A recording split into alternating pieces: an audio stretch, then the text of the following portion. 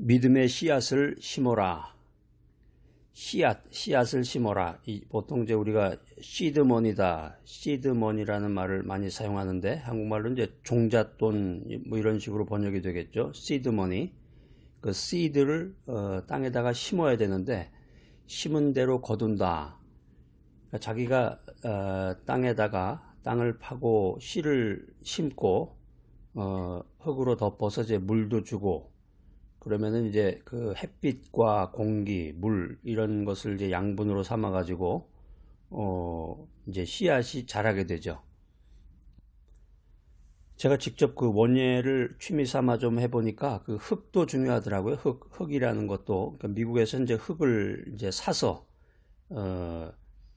흙을 사가지고 그 씨앗을 심거나 이제 그 채소를 이제 가꾸게 되는데 그 흙도 보니까 종류가 여러 가지예요. 보니까 흙이라는 것 자체도 있지만 이제 비료도 있고 여러 가지가 많은데 이 농부가 풍성한 수확을 기대하고 씨를 심는 것처럼 이 크리스찬은 하나님의 기적을 기대하고 믿음의 씨앗을 심는 사람이다라는 거죠. 믿음의 씨앗을 심는 사람, 이것이 크리스찬이다. 오늘 이제 또 새로운 정의를 여러분과 함께 나누고 있는데, 심지도 않고 주여 주시옵소서 이렇게 기도한다고 하면은 참 어리석은 사람이 되겠죠. 그래서 심지도 않은 것을 가지고 수확을 기대하는 어리석은 농부가 되면 안 되겠습니다.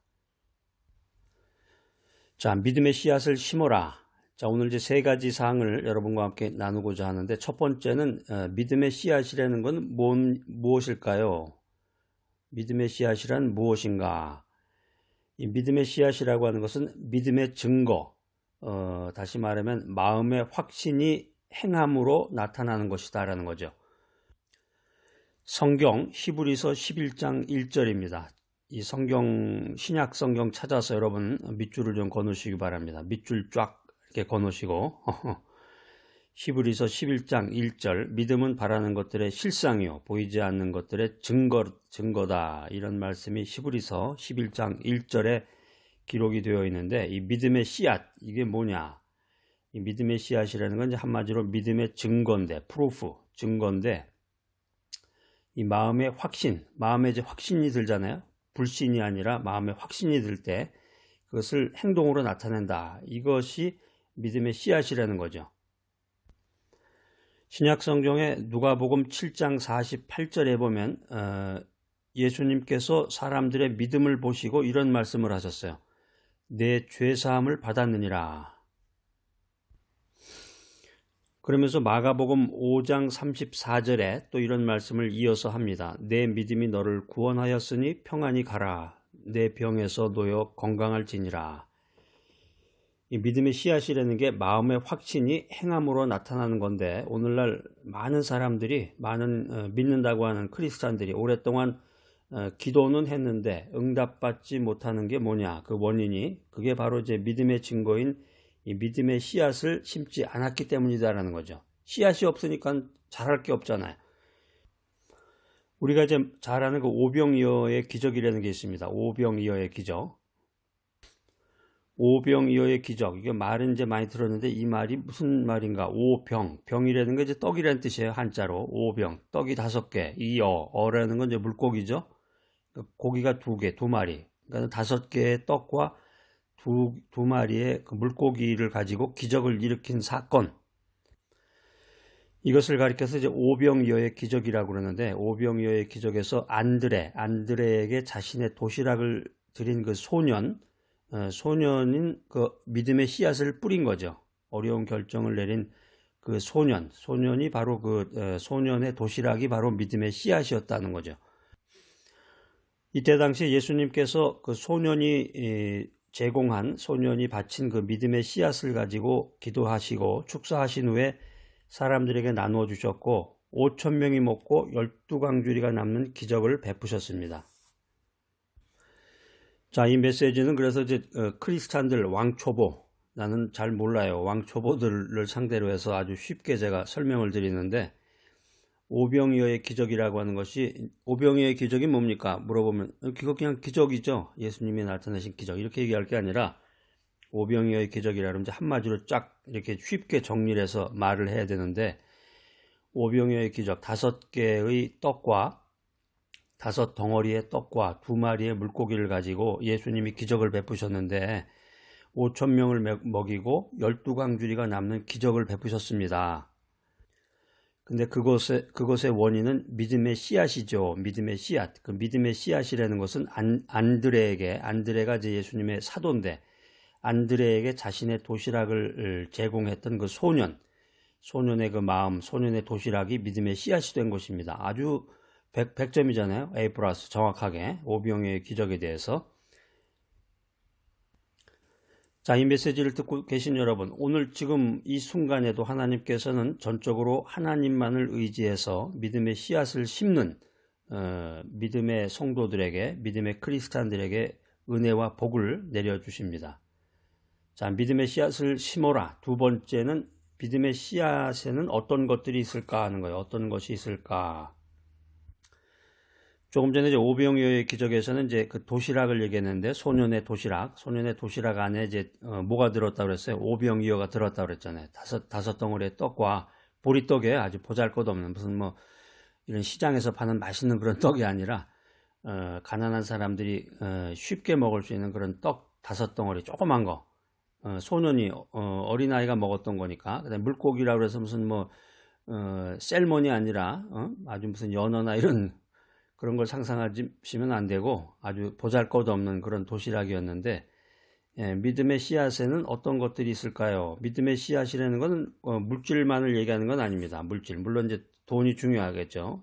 돈이 중요한데, 물질만이 아니라 시간이라든가 어떤 착한 행동, 선행도 이제 포함이 될 수가 있습니다. 요즘에 이제 한국에서는 착한 가격이라는 말이 또 유행인데요. 생각보다 싸다, 가격이 오르지 않고 옛날 가격 그대로 받는다, 그러면 이제 착한 가격이라고 그러는데, 믿음의 씨앗에는 어떤 것들이 있을까요? 거기에 이제 착한 행동도 포함이 된다는 거죠.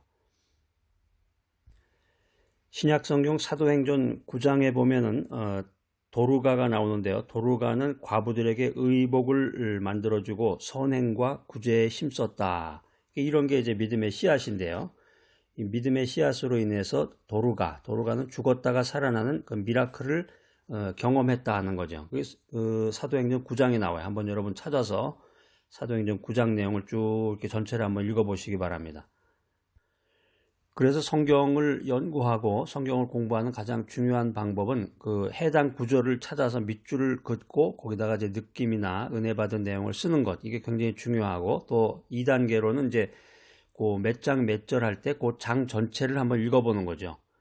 그 장 전체를 한번 읽어보면서 전체 그 어떤 그 백그라운드 하에서 이 말씀이 쓰여졌고 그 말씀의 진정한 의미가 무엇인가. 그 다음에 이제 조금 더 나간다고 그러면은 한 차원 더 나간다고 그러면은 그 장의 전후를 다 한번 읽어보는 거죠. 사도행전 9장이라고 그러면은 사도행전 8장도 한번 읽어보고 사도행전 10장도 읽어보고, 그 중요한 사건의 전에는 뭐가 있었고 그 다음에 뭐가 있었을까, 이렇게 이제 크게 우리가 생각을 해볼 수가 있겠는데, 그 성경에 보면 이제 이방인 고넬료가 나옵니다. 이방인 고넬료도 기도와 구제의 씨앗을 심어서 베드로를 통해서 이방인 최초로 세례를 받았다, 이렇게 성경은 기록하고 있습니다. 이방인 최초로 성령 세례를 받은 사람이 누구죠? 예, 고넬료. 제가 지금 말씀드렸잖아. 고넬료란 말이에요. 더글라스 구두 회사를 설립했던 그 윌리엄 더글라스라는 사람이 있었는데, 이 사람이 실직을 했어요. 직장을 구하지 못했는데 그때 그 사람 손에 1달러가 남았습니다. 단돈 1달러가 남았는데 그 중에서 반을 쪼개서 50센트를 헌금을 하게 됩니다. 그리고는 50센트밖에 남지 않았지만 어디서 일을 하게 되든지 온전한 믿음을 가지고 하나님께 영광 돌리게 하소서, 이런 기도를 했어요. 그러니까 돈이 다 떨어지던 날 구두공장에 취직하게 되었는데, 이 더글라스가 그 기도 이후에 이제 돈이 다 떨어져서 어떻게 살아야 될 것인가 막막하던 그때 구두공장에 취직하게 된 거예요. 그래서 그 구두공장에서 성실하게 일을 하면서 마침내 세계적인 기업가로 성장하게 되었다 하는 거죠. 그래서 이 더글라스가 드린 그 50센트의 헌금이 바로 그 믿음의 씨앗이다. 믿음의 씨앗이다라는 거죠. 믿음의 씨앗을 심고 믿음의 증거로 몸과 마음과 정성을 온전히 주님께 드리면 하나님께서 풍성한 열매로 되돌려 주신다. 이것이 믿음의 프린서플, 믿음의 원칙이다라는 거죠. 믿음의 원칙. 자, 믿음의 씨앗을 심어라. 세 번째, 믿음의 씨앗은 어떻게 심어야 되느냐? 어떻게 심어야 할까요? 믿음의 씨앗은 어떻게 심어야 하는가? 기적이 일어날 것을 기대하면서 심어야 한다는 거죠. 기적, 미라클이 일어날 것을 기대하면서 기대하는 마음.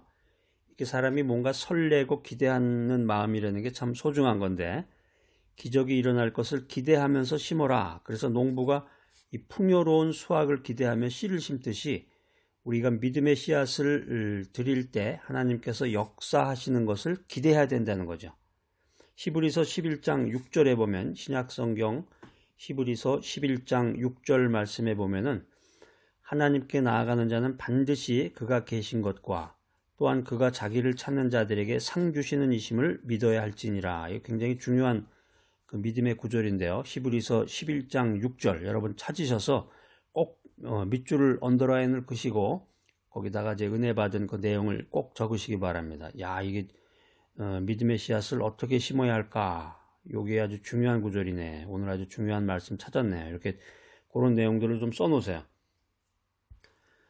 믿음의 씨앗을 어떻게 심어야 될 것인가? 감사와 긍정의 태도로 심어야 한다. 믿음의 씨앗을 심을 때 이 부정적인 마음이라든가 강요나 억지로 심게 되면은 이 미라클을 체험할 수 없다는 거죠. 기적을 체험할 수 없다. 그래서 끝까지 인내해야 된다.